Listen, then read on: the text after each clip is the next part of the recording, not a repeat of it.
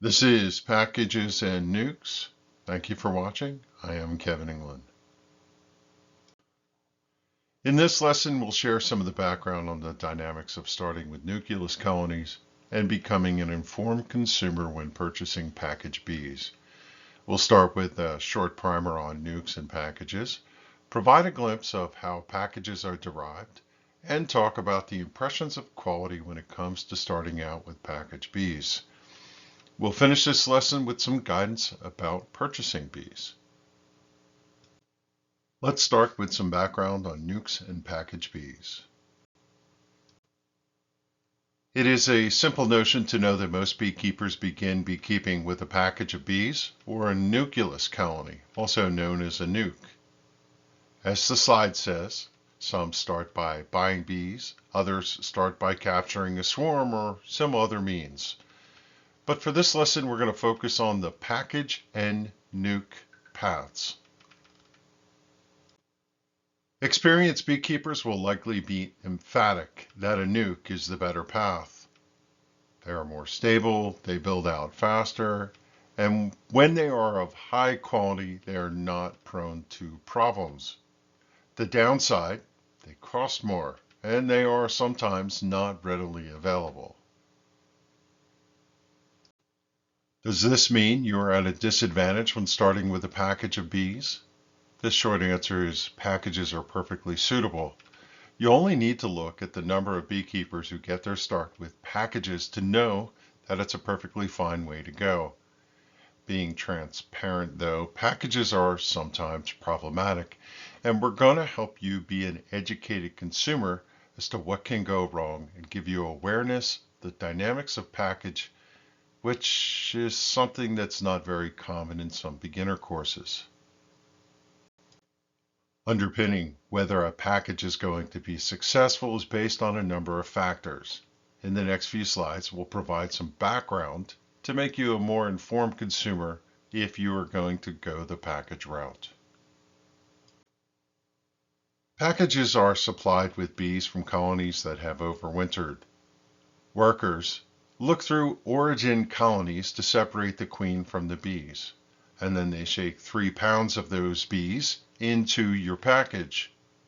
The package is prepped for shipping with a queen raised by the package supplier. As to the queen that is provided with the package, when a package does not perform well, it is not uncommon for beekeepers to point at the quality of the queen supplied when looking for reasons of poor performance. It has to be said that there is a large amount of expertise needed to rear and supply quality queens.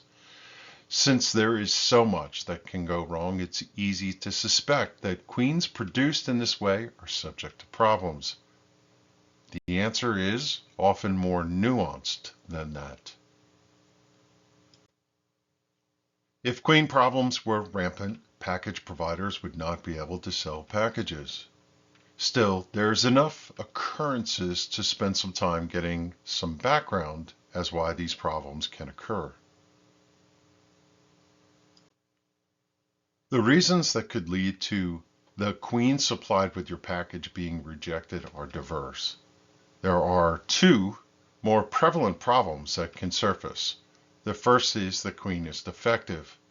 And the second is the queen is compromised by the process along the way in some manner. Often, the most common belief is that the root cause for rejections are queens are poorly mated. There was such a persistent knock that package queens were of poor quality in the beekeeping community that a researcher set out to prove or debunk the line of thinking, and now we have the finding of his results. A well-known researcher sampled queens from package suppliers, and the research suggests that the queens tested were indeed well mated and did not show reasons for concern. Interestingly enough, while looking at the potential problems, the researchers found that some other areas of concern that would look like a queen problem to the beekeeper were actually derived from other difficulties in handling the packages. 2 of the factors that emerged as considerations were timing and shipping. Timing in that the demand for packages early in the season meant that providers are really pushing the envelope to produce packages early. Bad weather in the south early in the spring and other factors may play into the quality of the bees coming north for some spring seasons, especially when the weather has not cooperated.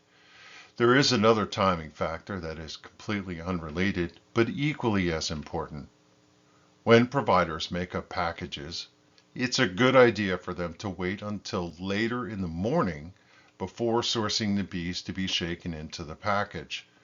The premise is this: if the bees from the hive that are going out to forage leave first thing in the morning, then the older bees in the colony are flying first thing. If the providers hold off until the foragers are out of the colony, it results in the age of the bees in your package being younger overall, and they will be more successful in your installation because of it.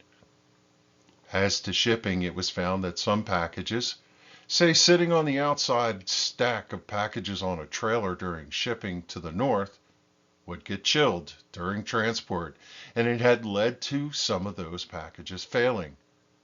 Now, much of this information was disseminated to the information, and due to awareness, measures were implemented to address the concerns. Some in the industry took a different look at the problems. In recognition that the age of the bees in the package played a role as mentioned in the previous slide, researchers discerned that there might be a way to bolster acceptance. They determined that if there was no presence of younger developing bees in the mix, then the workers seemed to assess that something's out of balance. It was perceived by the researchers that this could be behind some of the queen replacements. They experimented with adding a frame of developing brood to a newly installed package, and it often solved the problem of colonies rejecting and replacing their queens. It's an odd juxtaposition for new beekeepers. The instruction is to install a frame of new bees, but you have no hives in service to pull a frame of bees from. So this is really not a practical option. We're going to file this one away as interesting and say if you could find some way to take advantage of this suggestion, now you know. But for this lesson, we'll move on and realize that the age of the bees in the package population is another factor for consideration. We included this information in this lesson to acknowledge that yes, weather, bee makeup, and other things have a factor in challenges to packages, and it's probably better that you know.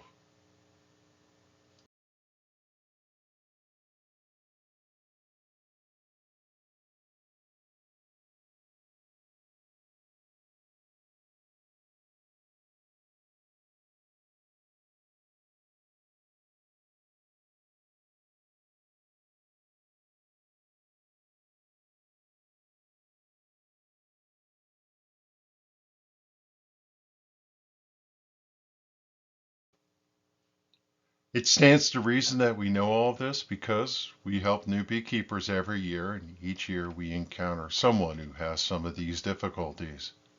A lot of new beekeepers are blindsided and unpleasantly surprised when problems arise, and we think it's beneficial for you to know that the possibilities exist so you can be prepared to tackle any problems that come your way. Now that you know what could happen, it's a good thing to know that if something goes wrong, you can call your package provider or nuke provider and let them know of your challenges. In this program, we will keep in touch with you as we proceed. We will know your progress, and if you find difficulties, we will do our best to give you some ideas to consider. And since we're in contact, we can catch things early and have a better chance of mitigating problems. Now, the one thing that has to be said out loud is there are no guarantees in this game, and sometimes failures happen. Overall, the vast majority of package and nuke installations go trouble-free and without concern. Still, that leaves the door open for the unlucky few who are in the minority, and knowing some of the possible problems is information that you can consider while figuring out a plan to recover should you be in the category of the unlucky few and experience some challenges along the way. If you know what good looks like, then you can recognize when things go sideways. It's worth spending a little bit of time to know what good looks like. When it comes to a typical nuke purchase, 5 frames of bees in the box are customary. The frames would be loaded with resources and of course bees when you take off the roof to transfer them into your equipment. Be sure to ask what the mite management routine was so you could pick up where they left off and not conflict with your future treatment program. Be pragmatic about inquiries and when to ask background questions. What we mean by that is if you're with a seller and they have a line of new beekeepers behind you on the day that you're picking up your bees, know that they're not going to spend any appreciable time telling you the backstory of the colony. Be sure to get your questions in ahead of time and even when making the purchase in the first place. They should meet you halfway and disclose to you in some way during the purchase experience all you need to know so you can make the purchase as an informed consumer. Asking the questions while you're standing there getting your bees is not a good way to go. Look for packages that are clustered with the bees on the feeding can and do not have a pile of dead bees on the bottom of the cage. Some dead bees are typical, but there should not be an inch or so of dead bees below the cluster. Packages are kind of turnkey. There isn't much one can do other than pick them up and install them as received. We will give you instructions for handling and installation later. Like the Nucs, be versed about the packages prior to pickup. When sourcing the bees, know at least the basics of where the bees came from and the details of the sourced provider. A lot of beekeepers buy their bees from their local club, which is a good way to go, by the way, but they never ask where the club got the bees that they're selling. Please ask and take some notes on this. If you are buying direct from a seller or from some other channel, be sure to ask the provider who typically traveled south to bring the bees north how to contact them if problems occur before you pick up your bees. This lets you have instructions to act quickly should there be problems that arise. As you might guess, this is not a fun topic, but it's also one of those topics that seem to float in the ether and gets relegated to back circle conversations between beekeepers. As a program that teaches new beekeepers, we see package failures and on occasion we see nuke failures, enough to put this lesson in here and bring awareness. We feel it's kind of better to discuss the potential of problems head on rather than tell someone after the fact, oh yeah, we kind of knew that this was possible. We don't want you to have that experience, and at this point we feel you're better off knowing.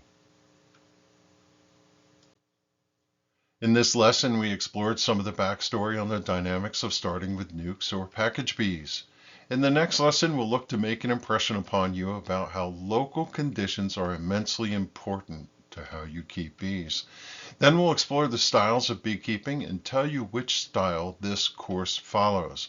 We'll follow that, providing some tips and considerations for being a good neighbor, and impressions to make sure that you're adhering to state and local regulations for beekeeping.